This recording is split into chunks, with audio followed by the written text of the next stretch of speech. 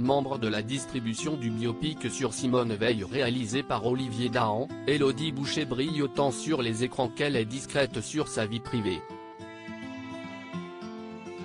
La comédienne de 49 ans est pourtant en couple avec une superstar, la moitié de Daft Punk, l'autre étant Guy Manuel de Même Christo, qui a annoncé sa séparation en 2021. Le musicien casqué et sa bien-aimée s'est resté discret depuis plus d'une décennie, mais parfois, quelques confidences et détails s'échappent. Cela fait 23 ans que Thomas Bangalter a conquis le cœur d'Élodie Boucher.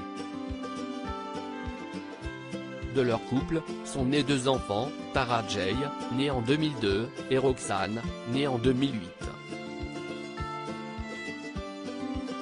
Dans Les Un Rock en 2013, l'artiste s'était confié sur sa vie familiale, entre la France et la Californie. Notre vie personnelle et familiale est, Paris. On passe beaucoup de temps entre Paris et la Californie, où a lieu une grosse partie de notre production, de notre manufacture, avait raconté le musicien. Enfants de stars, les petits Boucher Bangalter mènent toutefois une vie normale. CST Élodie Boucher qui l'avait expliqué dans les pages de gala en 2016, comme nous-mêmes ne sommes pas trop sollicités, nos garçons en bénéficient. Ils vont d'ailleurs dans une école publique de quartier. On pourrait bien entendu les inscrire dans des établissements où il n'y a que des enfants comme eux, on n'a rien contre d'ailleurs, mais pour l'instant, on ne voit pas la nécessité.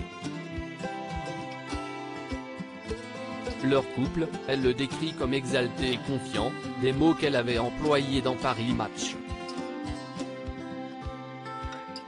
On fait comme on peut. On arrive à se suivre et à créer des choses dans plusieurs endroits, tout en restant en famille.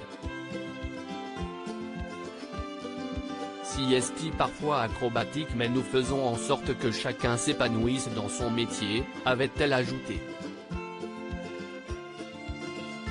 Lors de la Fashion Week parisienne, les amoureux avaient été aperçus lors du show Saint-Laurent, mais ils avaient scrupuleusement posé séparément devant les objectifs des photographes. Ils avaient toutefois accepté d'être côte à côte à la soirée Women in Motion Parkering dans le cadre du 75e Festival international du film de Cannes le 22 mai dernier.